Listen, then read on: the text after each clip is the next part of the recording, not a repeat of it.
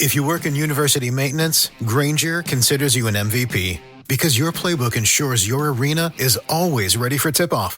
And Granger is your trusted partner, offering the products you need all in one place, from HVAC and plumbing supplies to lighting and more. And all delivered with plenty of time left on the clock, so your team always gets the win. Call 1-800-GRANGER, visit Granger.com, or just stop by. Granger, for the ones who get it done. Maybe you recognize this voice. Andy Betterman here of the injury law firm Greenberg & Betterman. For over 35 years, we've been helping people in the DMV with auto accidents and medical malpractice. Get a free consultation by visiting gblawyers.com and feel better. Ladies and gentlemen, thank you for listening. Thank you for downloading. And thank you for subscribing to this bonus edition of the 12 Kyle podcast. I'm 12 Kyle. Check this out. On this podcast, what I want to talk about is, what did I want to be when I grew up? And I came to this topic because the other day I was driving our daughter, Skylar, to school. Skylar's, at the time of this recording, she's about to be 10 years old, right? She's the youngest of our children, the only girl. And we were riding and, we're just listening to music or whatever. And she says, hey, Daddy, I got a question. And she does this all the time. Hey, Daddy, I got a question. So when she says, hey, Daddy, I got a question, that means, okay, she's really about to ask me something that she really wants to know the answer to. And so she said, hey, Daddy, I got a question. And I said, yes. What's your question? She said, what did you want to be when you were a kid? What did you want to be when you grew up? And it made me think, because we weren't really talking about, anything in particular. I think we were talking about school prior to that. But, she's very inquisitive and much like her father, she likes to ask questions and she wants her questions answered. So it made me think about really what I wanted to be when I, became an adult. And the short answer is I really didn't know, because honestly, I didn't spend a lot of time worrying about what I was going to be when I was going to be an adult, because I was so focused on being a kid. I had so much fun being a kid. Like, you just wanted to be a kid forever. You didn't, at that particular time in the 80s, and then as I moved into the 90s, nobody wanted to be I didn't want to be grown. I wanted to stay a kid. But it got me to thinking about, my choices and career paths or what have you. And so I gave her the short version of the story that I'm about to tell y'all. First of all, there's nobody that could have told me that I would have spent probably, I guess this year would probably make 20 years in finance, in the mortgage industry in particular. I mean, I would not have guessed that I would have built a career out of this, because finance wasn't my thing. In fact, I hated finance. You're listening to the guy who took financial management at South Carolina State twice. And the reason why I took financial management twice at South Carolina State University is because I failed it the first time. It's kind of hard to pass a class if you don't go to class. I hated financial management. And it wasn't like it was hard, but it was just I was, a full disclosure, I was a marketing major, right? So I didn't, I knew that stuff, I had to take those prerequisites, but still, anything outside of marketing classes, I really didn't like in particular. And I'll touch on that more in just a second. But no, I would have never guessed that I would have ended up in finance. But when I was probably Skylar's age, And, you know, the subsequent years after that, I wanted to be something else. So like at the age of, let's say 10, you couldn't have said, well, hey, Kyle, what do you want to be when you grow up? Oh, I want to be in finance. No, I want to be in business. No, I would have never guessed that. But I distinctly remember when I was about her age, one thing I wanted to be was a teacher. I thought teachers were cool. I mean, think about it like this. If you had a dope elementary school experience, you probably had a dope teacher or two. Like, and I had some great teachers, Miss Phillips, Miss Warren, and my favorite teacher of them all, Miss Harris. Miss Harris taught me in the 4th grade, and she was a family friend. We went to church together, and she was my all-time favorite teacher. And even to this day, when I see her, I still give her love. She is the sweetest thing on the face of the earth. The greatest teacher. She's the greatest teacher of all time, in my opinion. Ironically enough, 4th grade was the last grade that I got all A's. Yeah, just, you know, I wanted to be a teacher. I wanted, you know, I was heavily influenced by teachers like Miss Harris and my gym teacher, whose name I just cannot remember. I think it's Mr. Davis. I think that's what his name was. But anyway, I wanted to be a teacher. I thought, you know, teaching would be cool, interacting with students and being able to influence them in the way that they think and the way that they learn. You know, teachers like Miss Harris made coming to school fun, and school was always fun in elementary school. School was fun up until I got to middle school, because I still couldn't figure out why X plus Y equals Z. That shit makes no sense to me, and it still does to this day. And I mean, I hate to break it to anyone listening that's very young, but you'll never see that shit again in your life. Unless you're an architect. Nobody's going to ever ask you about the Pythagorean theorem and why X plus Y equals Z. It makes no sense. If you can add and subtract, multiply and divide, you should be okay in life as far as math is concerned. But that's beside the point. But yeah, I wanted to be a teacher at that particular age. And there was one problem with me becoming a teacher. Actually, 2 things. The first thing was, I remember one day we were headed to the cafeteria as a class, and we were in a single file line, because, you know, you had to walk the halls in a single file line. And this particular day, I was the line leader, which was, you know, back in my day, it was big shit to be the line leader in the class. So I'm leading the class, leading my 4th grade class to the lunchroom. And as we are walking towards the lunchroom, we walk past this door, and on the door, there's a panel on the door that says Teacher's Lounge. And I thought the Teacher's Lounge was like the coolest place that you would ever want to be, because this is where the teachers hung out. And every now and then you could be walking down the hall and you would see that Teacher's Lounge door open, and you would hear them in there talking. And it's mostly the ladies. You would hear them in there talking, and they just seemed to be having such a good time. And it seemed like the place that you would want to be, the Teacher's Lounge. I mean, that's every time I walked past that door and that door swung open, I would see some of my favorite teachers in there just kind of just sitting back, kicking it. And I would just get a brief glimpse as to, you know, who they were and what they were doing when they weren't teaching. On this particular day, the door flung open as one teacher was walking in, and I saw at least 5 or 6 teachers in there, and they were smoking. And one had a drink in her hand. I don't know what was in the drink. I mean, I was in the 4th grade. I don't know. I didn't know, you know, much about beer and liquor. But looking back on it now, I'm pretty sure she was drinking vodka. Because she wasn't holding it like she was drinking a Sprite. And they were in there smoking cigarettes and talking shit.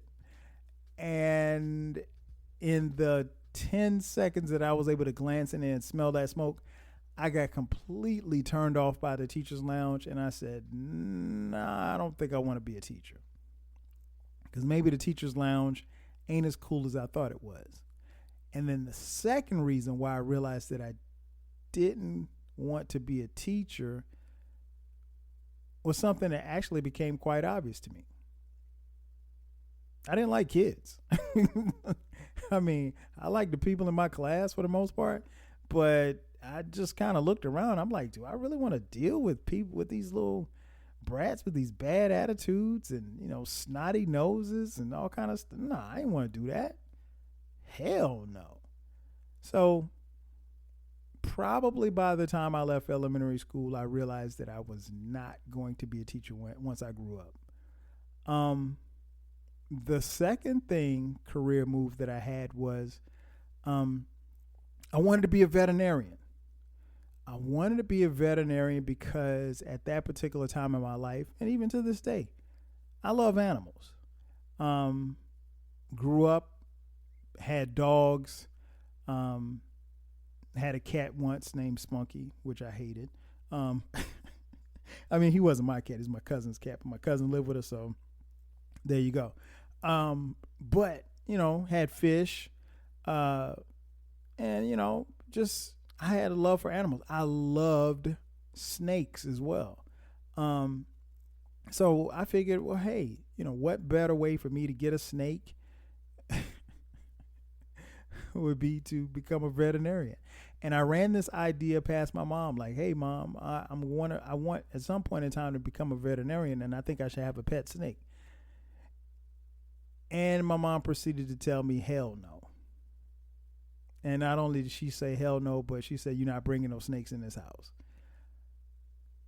So that crushed that dream. And so, but I still kind of held on to the idea that I could possibly be a veterinarian. And then by the time I got to high school, I had to let that dream go for one simple reason. I hated science. Science sucked.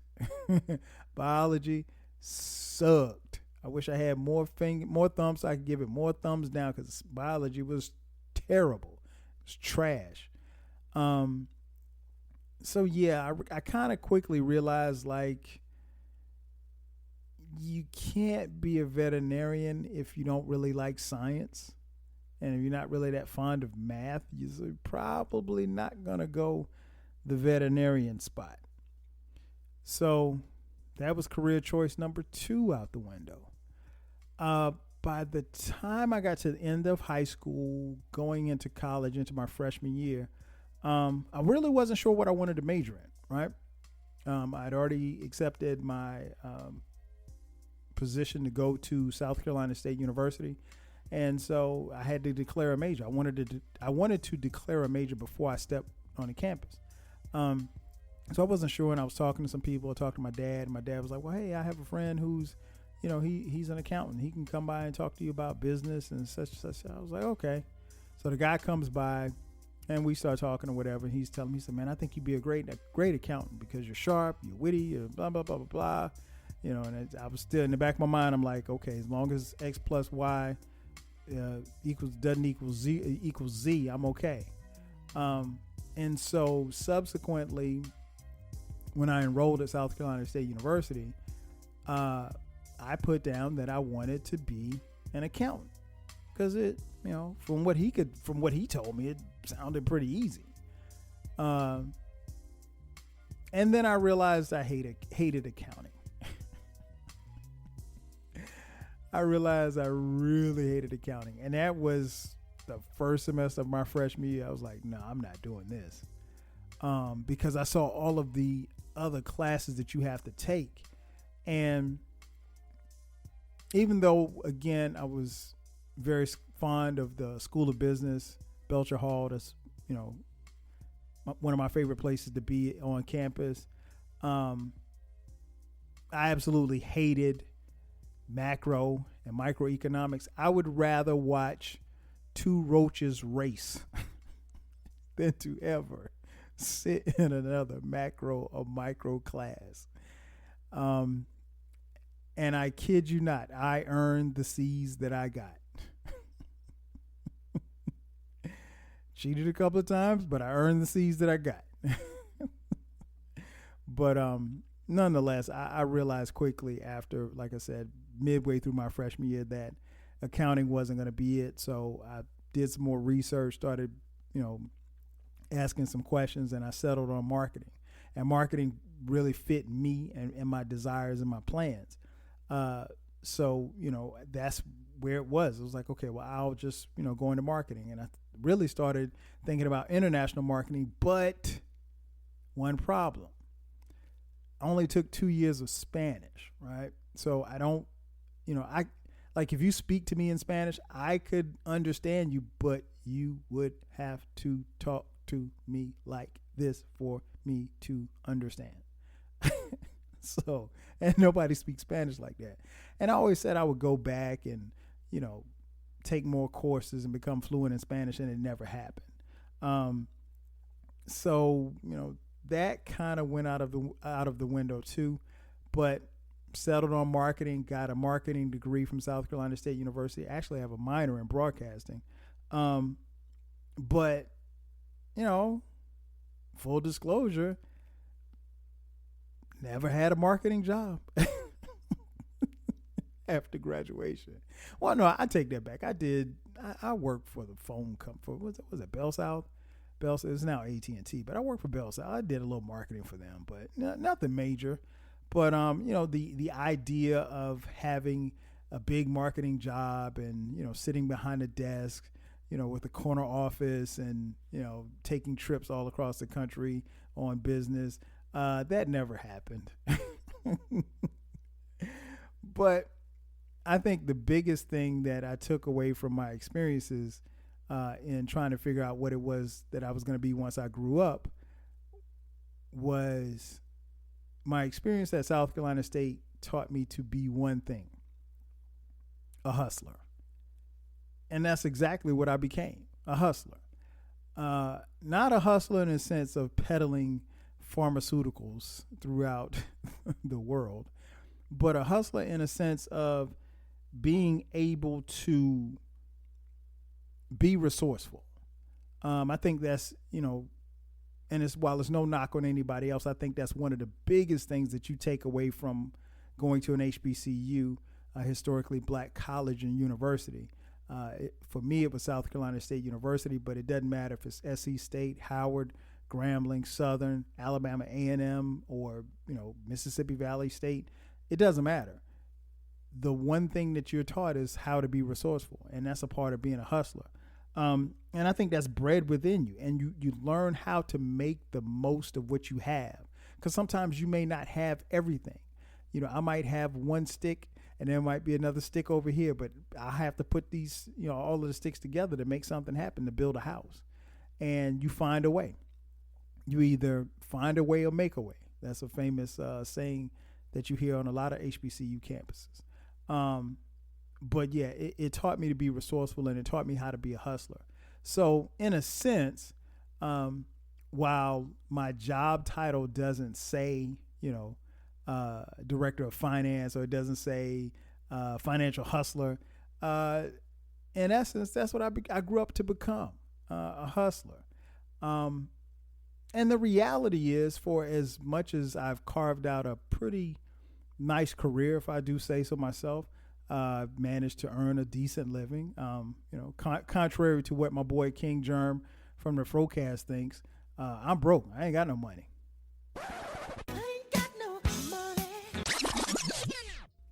That's right.